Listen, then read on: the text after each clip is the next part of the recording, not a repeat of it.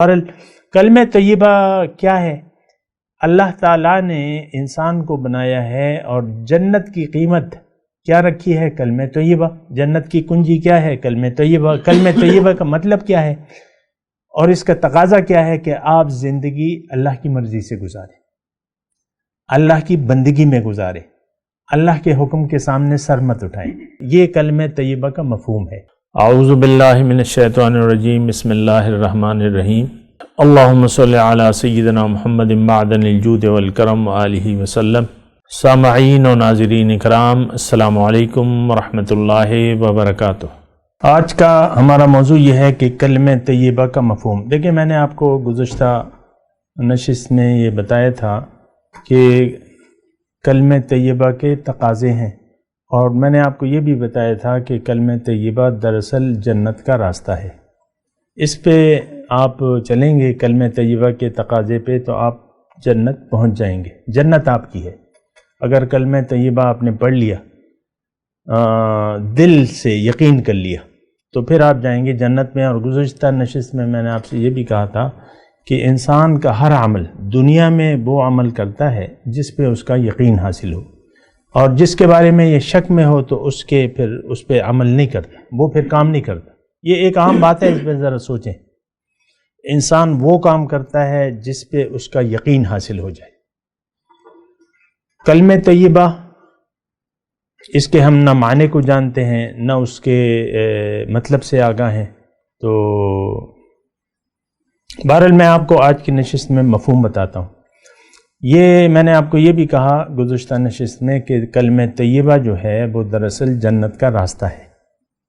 اس کلمہ طیبہ کو اگر آپ پڑھ کے اس کے تقاضے پورے کرنے لگیں گے تو آپ کو اللہ تعالیٰ آپ کا عمل مقبول ہوگا۔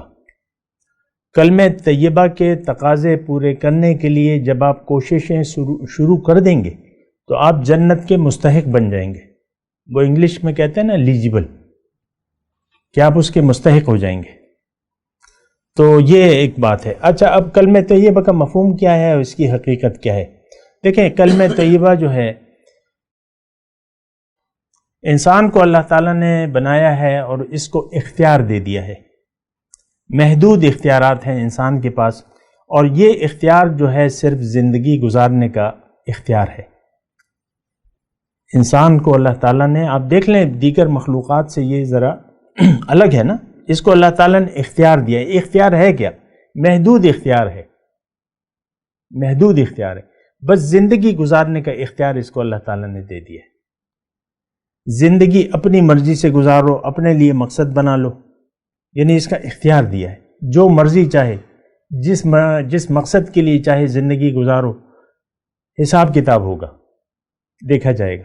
میرے پاس آؤ گے پھر میں تمہیں بتاؤں گا اور میں تم سے پوچھوں گا بھی۔ تو زندگی گزارنے کا اختیار دے کر اللہ تعالیٰ نے ہمیں دنیا میں بھجوایا ہے۔ بس یہ ایک دیگر مخلوقات میں اور ہم میں یہ فرق ہے۔ عقل بھی دی ہے، ایسی عقل جو دیگر مخلوقات کے پاس نہیں ہے۔ پھر اختیار بھی دیا ہے۔ انسان اگر اپنے آپ کو آگ میں جلانا چاہے دنیا میں تو اس کے پاس اختیار ہے۔ اپنے آپ کو شوٹ کرنا چاہے تو اس کے پاس اختیار ہے۔ کوئی جانور اپنے آپ کو ہلاک نہیں کرتا، یہ انسان کی صفت ہے کہ یہ اپنے آپ کو شوٹ کر دیتا ہے بعض اوقات زندگی سے تنگ آ کے، تو خودکشی کر لیتا ہے۔ تو یہ اختیار ہے زندگی۔ پہلے تو اس کو سمجھیں کہ فرق کیا ہے۔ عقل اور اختیار یہ امانت ہے۔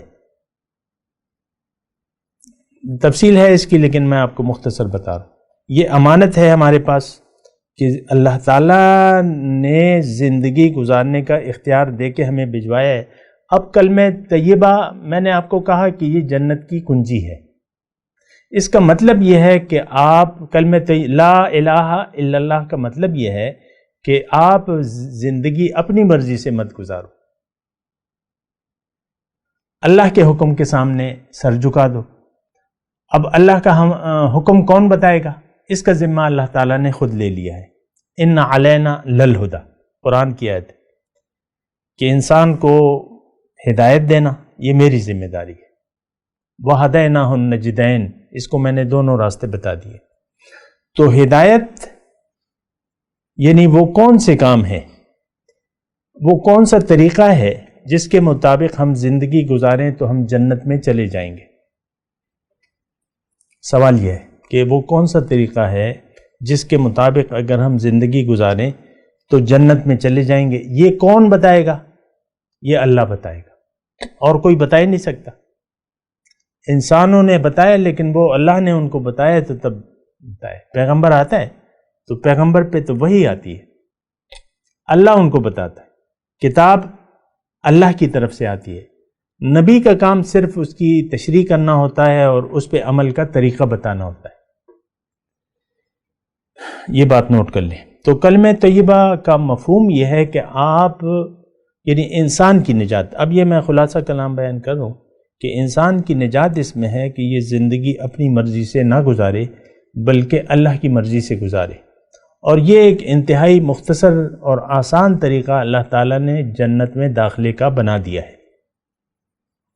یہ بات نوٹ کر لیں۔ اب جنت کی تو قیمت کون دے سکتا ہے؟ یہاں آپ یعنی تھوڑا سا فارم ہاؤس ہے تو آپ جائیں گے تو یہ بھئی یہ 5 کروڑ روپے کا ہے یا 10 کروڑ روپے کا۔ فارم ہاؤس ذرا بڑا ہوتا ہے نا، اس میں بنگلہ بھی ہوتا ہے، کھیت وغیرہ یہ وہ ہوتے ہیں فارم ہاؤس۔ یہ جی 10 کروڑ ہے، یہ 50 کروڑ روپے، چھوٹی سی زمین کا ایک ٹکڑا ہے۔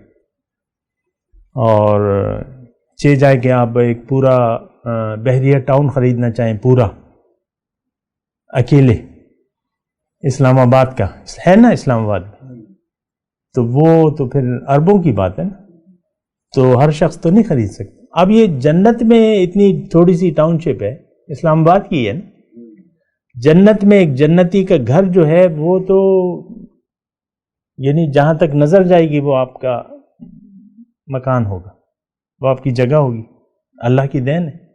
اور پھر وہ ایک اینٹ سونے کی، ایک چاندی کی، اور بالا خانے ہیں، اور یہ ساری نعمتیں، یعنی یہاں تو آپ کو 5 سٹار ہوٹل ہوتا ہے نا، 5 سٹار ہوٹل میں یہ ہوتا ہے وہ ہوتا ہے، لیکن پھر بھی من چاہی نعمتیں تو وہاں نہیں ملتی، جتنے سٹار بھی لگا لیں من چاہی نعمتیں تو وہاں نہیں ملیں گے۔ جنت میں تو آپ جو چاہیں گے اور جو منگوائیں گے، اور پھر مزے موجہ ہی موجہ ہے کہ نہیں؟ تو اب یہ ہے نا کہ وہ اس کی قیمت ہے، کیا ہے؟ قیمت ہے، ہر چیز کی قیمت ہوتی ہے دنیا میں۔ دیکھیں اللہ تعالیٰ نے یہ دنیا بنائی ہے، ہر چیز کی قیمت ہے، تو قیمت اب تھوڑی یا زیادہ، لیکن جو اللہ تعالیٰ نے ہمیں جس لیے بنایا ہے وہ جنت کے لیے بنایا ہے، یہ بات نوٹ کر لیں۔ اللہ تعالیٰ نے فرمایا کہ میں ذرہ برابر کسی پر ظلم نہیں کرتا، لیکن یہ لوگ خود اپنے اوپر ظلم کرتے ہیں۔ ان اللہ لا یظلم الناس شیئا ولکن الناس کانوا انفسهم یظلمون، اور کما قال ایسی آیت ہے، اللہ اپنی، یہ انسان کون ہے؟ یہ اللہ کی مخلوق ہے، اللہ کی مخلوق ہے، ہم اللہ کے بندے ہیں، تو اللہ کبھی نہیں چاہتا ما یفعل اللہ بعذابکم ان شکرتم وآمنتم، کیا ہوا اللہ تعالیٰ کو کہ وہ تمہیں عذاب دے اگر تم ایمان لے آؤ اور شکری کی روش اختیار کر لو اور ایمان لے آؤ۔ بہرحال کلمہ طیبہ کیا ہے؟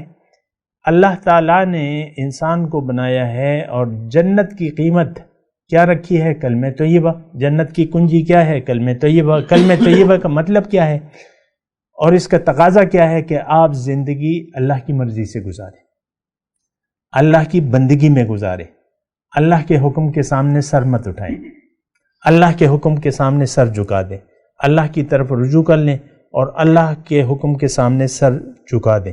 یہ جنت، یہ کلمہ طیبہ کا مفہوم ہے۔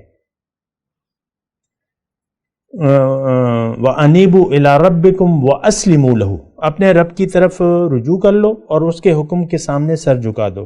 پھر دوسری جگہ اللہ تعالیٰ نے فرمایا بَلَا مَنْ أَسْلَمَ وَجْهَهُ لِلَّهِ وَهُوَ مُحْسِنٌ فَلَهُ أَجْرُهُ عِنْدَ رَبِّهِ وَلَا خَوْفٌ عَلَيْهِمْ وَلَا هُمْ يَحْزَنُونَ، جس نے بھی اپنا سر جھکا دیا اللہ کے سامنے، اس کے لیے اجر ہے، فَلَهُ أَجْرُهُ عِنْدَ رَبِّهِ وَلَا خَوْفٌ عَلَيْهِمْ وَلَا هُمْ يَحْزَنُونَ، اس کے لیے نہ کوئی خوف ہے نہ کوئی غم ہے۔ تو اصل میں تو سر جھکانا ہے، یہ بات ذرا نوٹ کر لیں، اس کی میں وضاحت کرتا ہوں اگلی نشست میں۔ وآخر دعوانا ان الحمدللہ رب العالمین۔ مولاي صل وسلم دائما ابدا على حبيبك خير الخلق كلهم